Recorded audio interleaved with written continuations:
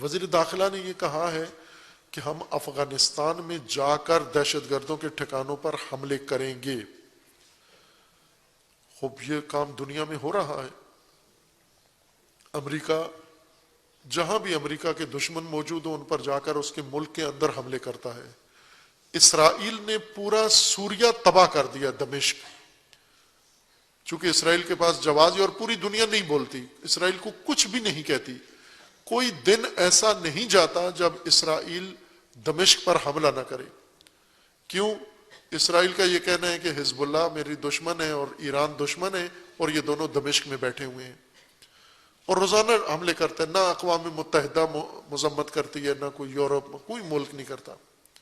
وہ سب کہتے ہیں اسرائیل کا حق ہے کہ اپنے دشمن جہاں بھی ملے یہ کام کریں. ترکی اپنے مخالفین اور دشمنوں کو عراق کے اندر جا کر ان پر حملہ کرتا ہے اور ترکی سوریہ کے اندر جا کر اپنے مخالفین پر حملہ کرتا ہے. ایران اسی طرح عراق کے اندر جا کر اپنے دشمن کے ٹھکانوں پر حملہ کرتا ہے اور ہر روز یہ کام ہو رہا ہے. پاکستان کے وزیر خارجہ نے، وزیر داخلہ نے یہ بات کی ہے کہ ہم افغانستان کے اندر جا کر ان پر حملہ کریں گے. اس کے جواب میں افغان طالبان نے ہمارے وزیر خارجہ کو دھمکی دی ہے کہ افغانستان لاوارث نہیں ہے، بے وارث نہیں ہے، اور تمہیں یہ جرأت نہیں ہوئی کیسے ہے کہ افغانستان کے بارے میں ایسی بات کرو.